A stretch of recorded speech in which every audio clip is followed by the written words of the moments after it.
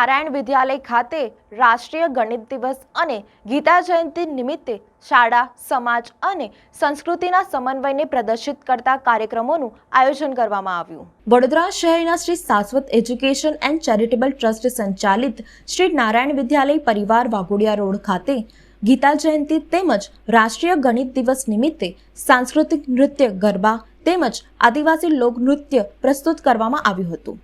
શ્રી નારાયણ વિદ્યાલયમાં શાળા, સમાજ અને સંસ્કૃતિને લગતા કાર્યક્રમો સ્કૂલના બાળકો દ્વારા ભજવવામાં આવ્યા હતા। વ્યવસાયને લગતા પાત્રો પણ ભજવવામાં આવ્યા હતા, જેમ કે ગામડાનું જનજીવન, મોચી, સુથાર તેમજ મીરાબાઈના જીવન પર નાટ્ય રજૂ કરવામાં આવ્યું હતું।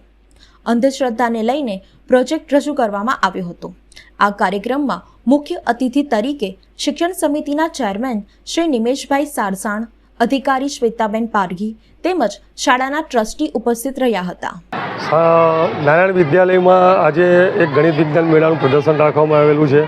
શાળા, સમાજ અને સંસ્કૃતિનો સમન્વય એ આધાર આપીને દરેક વિદ્યાર્થીઓ પોતાના પ્રોજેક્ટ અંદર રજૂ કરેલા છે। મારું એ સ્પષ્ટપણે માનવું છે કે બાળકમાં શિક્ષણ હશે તો સમાજમાંથી દૂષણ દૂર થઈ શકશે।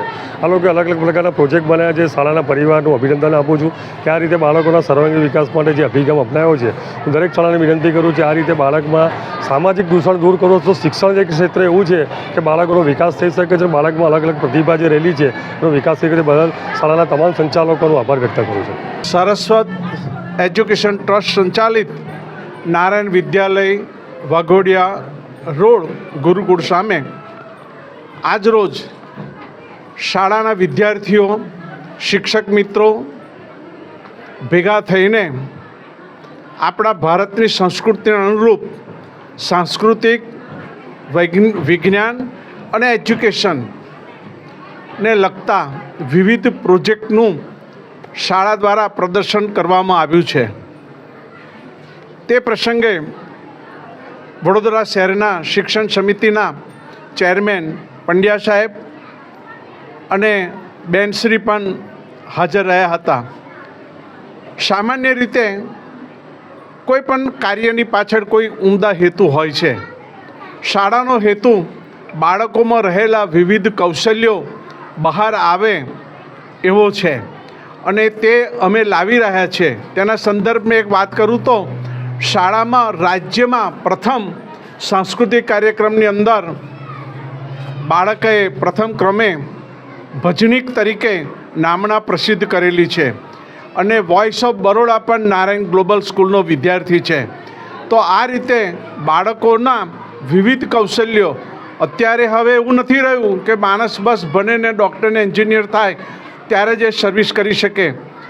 હવે તો કોઈ પણ માણસનામાં આર્ટ હોય, કોઈ પણ કળા હોય, બસ એને આપણે ઓળખીને એને પ્લેટફોર્મ આપવું જોઈએ।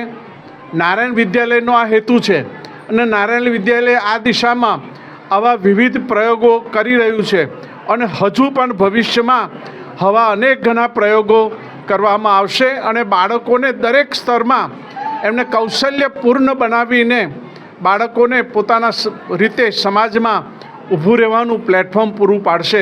જય હિન્દ, જય ગુરુદેવ।